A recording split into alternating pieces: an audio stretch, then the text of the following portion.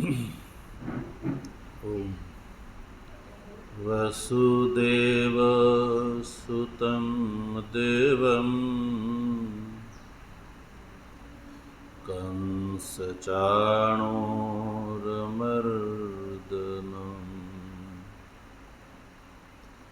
દેવકી પરમાનંદમ કૃષ્ણં વંદે જગદ્ગુરું મૂકં કરોતિ વાચાલં પંગું લંઘયતે ગિરિં યત્કૃપાતમહં વંદે પરમાનંદમાધવં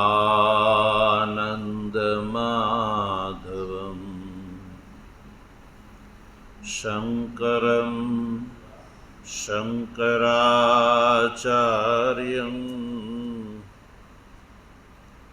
કેશવં બાદરાયણં સૂત્રભાષ્ય કૃતૌ વંદે ભગવन्तૌ પુનઃ પુનઃ ઈશ્વરો ગુરુરાત્મેતિ મૂર્તિ ભેદ વિભાગિને વ્યોમવદ વ્યાપ્તદેહાય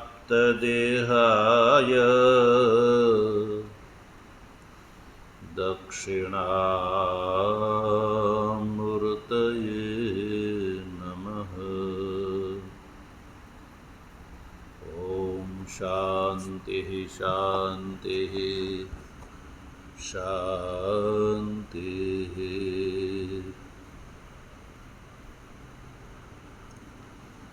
તત્વજિજ્ઞાસુ સજ્જનો, ભગવાનની પરમાનુકંપાથી શ્રીમદ ભગવદ્ ગીતાના સાંખ્ય યોગ નામના બીજા અધ્યાયના 51મા શ્લોકનો આપણે વિચાર કરી ચૂક્યા.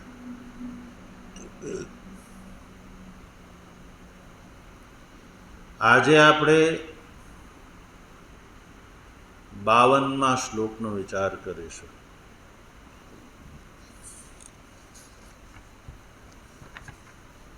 એકાવનમાં શ્લોકમાં આપણે જાણ્યું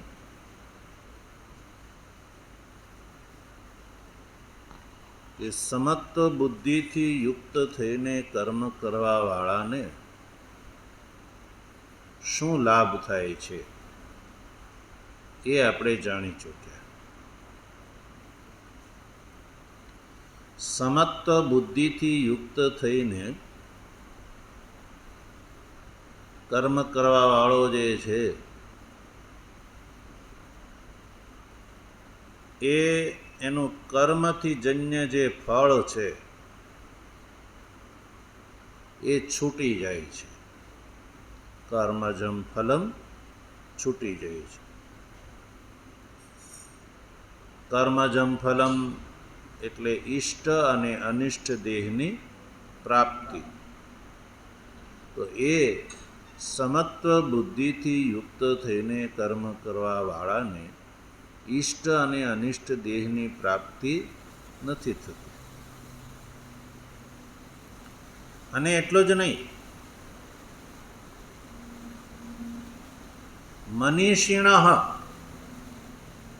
મનીષિણ ભૂત્વા ઉપરથી લગાડો. મનીષિણ ભૂત્વા એટલે જ્ઞાની થઈને. મનીષિણનો અર્થ છે જ્ઞાની થઈને. જન્મ બંધ વિનિર્મુક્તા, અને જ્ઞાનનું ફળ છે જન્મ અને મૃત્યુનું જે બંધ છે એ બંધથી વિમુક્ત થઈ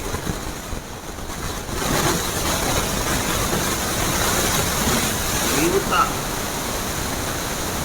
જીવત અવસ્થામાં જે જન્મ બંધથી વિનિર્મુક્ત થઈને જે અનામય પદ, જેને મોક્ષ એવા નામથી પણ કહેવામાં આવે છે, એવા અનામય એટલે સર્વ પ્રકારના ઉપદ્રવોથી રહિત એવું જે વ્યાપક જે પદ છે, બ્રહ્મનું સ્વરૂપ છે, એને એ પ્રાપ્ત કરી લે છે. સમત્વ બુદ્ધિથી યુક્ત અધિકારીને આ લાભ થાય છે.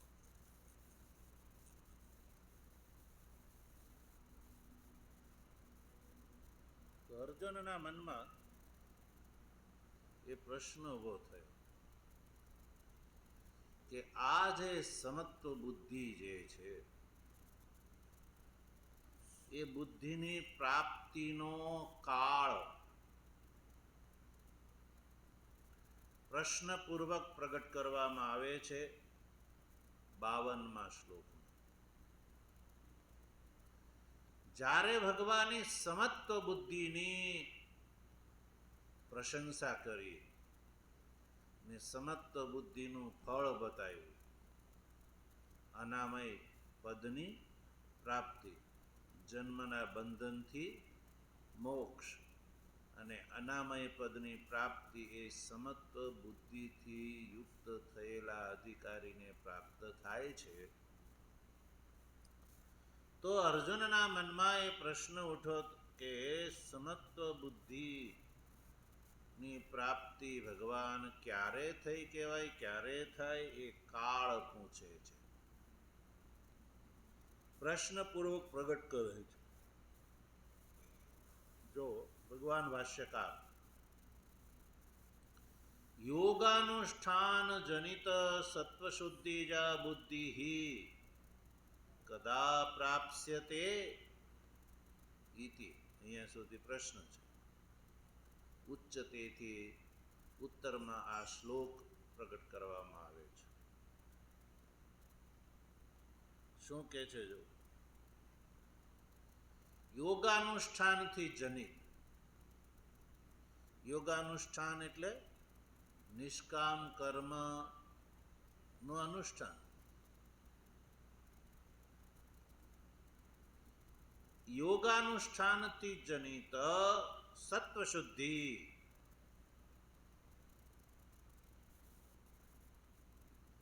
અને સત્વશુદ્ધિથી જન્ય જે બુદ્ધિ કદા પ્રાપ્સ્યતે, ક્યારે પ્રાપ્ત થયા, ક્યારે પ્રાપ્ત થાય છે?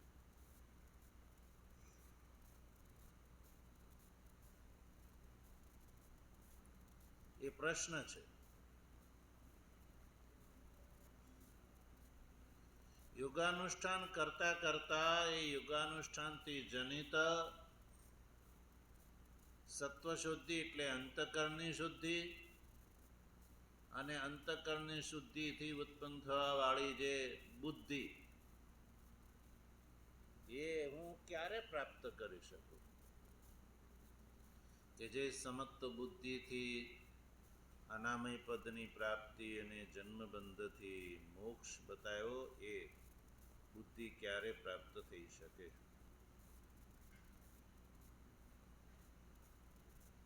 તો ઉચ્ચતે કરીને ભગવાન ભાષ્યકાર ભગવાનના વચનને ઉત્તરના રૂપમાં જોડે છે. યદા ઇતિ શ્લોકથી. તો આ પ્રશ્નનો ઉત્તર આ શ્લોકમાં રહેલો છે કે ક્યારે આ બુદ્ધિ પ્રાપ્ત થઈ કહેવાય, એ કાળ આ શ્લોકમાં રહેલો છે.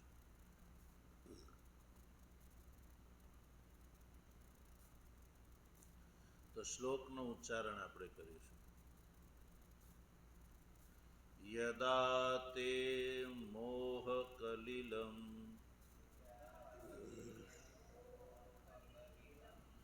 બુદ્ધિર્વ્યતિતરિષ્યતિ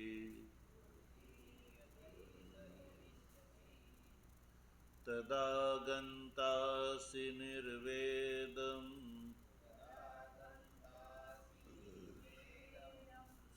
શ્રોતવ્યસ્ય શ્રુતસ્ય ચ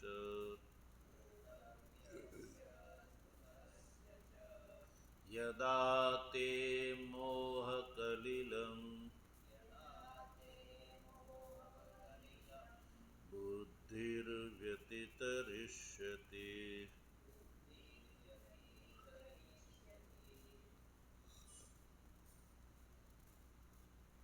તદા ગંતાસિ નિર્વેદમ શ્રોતવ્યસ્ય શ્રુતસ્ય ચ.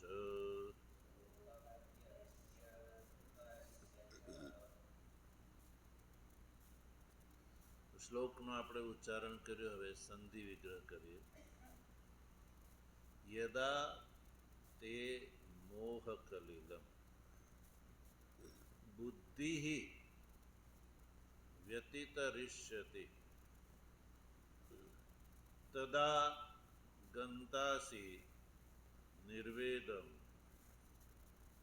શ્રોતવ્યસ્ય શ્રુતસ્ય ચ. પદો સંધિ વિગ્રહિત જ છે. હવે આ પદોને આપણે વાક્ય રૂપમાં ગોઠવીને બોલીએ.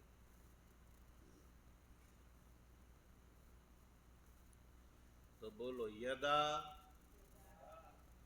તે બુદ્ધિ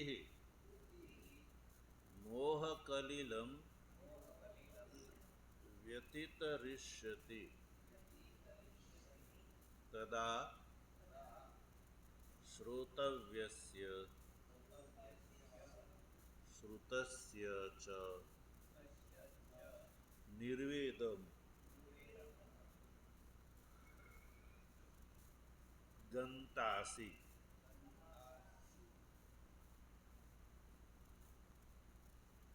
આ વાક્યરૂપ થઈ ગયું શ્લોકનું. તો આ શ્લોકના 2 વાક્ય બનાવી શકાય. પૂર્વાર્ધનું 1 વાક્ય અને ઉત્તરાર્ધનું 1 વાક્ય. કે યદા તે બુદ્ધિ મોહ કલિલમ વ્યતિતરિષ્યતિ એ 1 વાત. તદા શ્રોતવ્યસ્ય શ્રુતસ્ય ચ નિર્વેદમ ગંતાસી. આ 2 વાક્ય બન્યા.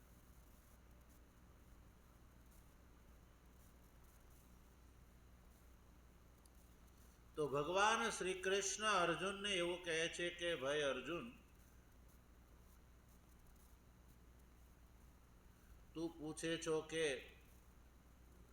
યોગાનુષ્ઠાન કરતા કરતા સત્વશુદ્ધિ થી જન્ય બુદ્ધિ